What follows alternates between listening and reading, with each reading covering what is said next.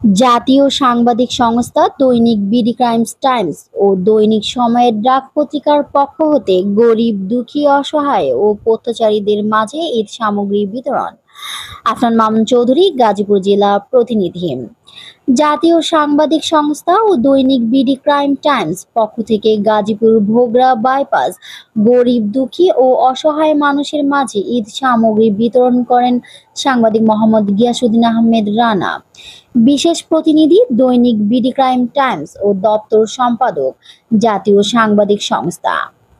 দৈনিক সময়ের ডাক পত্রিকার সম্পাদক ও প্রকাশক মোহাম্মদ টুটুল তালুকদার, গিয়াসউদ্দিন আহমেদ রানা ও টুটুল তালুকদার দুজনের উদ্যোগে পবিত্র রমজান ও ঈদ উল ফিতর উপলক্ষে গাজীপুর ভোগড়া বাইপাস পুলিশ বক্সের সামনে 200 দরিদ্র, অসহায় ও পথচারীদের মাঝে ঈদ সামগ্রী তুলে দেন। সেমাই, চিনি, চাল, ডাল ও দুধ বিতরণ করেন। তখন সাংবাদিক মহল ও পুলিশ প্রশাসন এবং এলাকার গণ্যমান্য ব্যক্তিবর্গ উপস্থিত ছিলেন।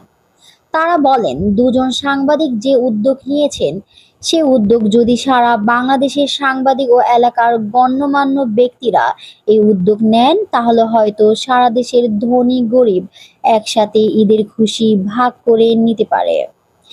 এ সময় জেএমপি ট্রাফিক বিভাগের ভোগড়া বাইপাসের ট্রাফিক ইনচার্জ মোহাম্মদ তানভীর বলেন, যে উদ্যোগ দুজন সাংবাদিক ভাই নিয়েছেন, সেই উদ্যোগ যদি আমরা সবাই একসাথে নিতে পারতাম, তাহলে হয়তো ধনী গরিবের ভেদাভেদ থাকতো না। এবং কি তিনি আরো বলেন, আমরা ভেদাভেদ ভুলে গিয়ে গরিব, দুঃখী, অসহায়দের পাশে দাঁড়াই, সবাই মিলে ঈদের আনন্দ উপভোগ করি। সাংবাদিক মোহাম্মদ গিয়াসউদ্দিন আহমেদ রানা ও টুটুল তালুকদার, আমরা দুজনেই যেন সারা জীবন গরিব, দুঃখী, অসহায়দের মাঝে থাকতে পারি এবং তাদের সাথে ঈদের আনন্দ ভাগাভাগি করে নিতে পারি, সেজন্যই সারা দেশের মানুষের কাছে দোয়া চেয়েছেন।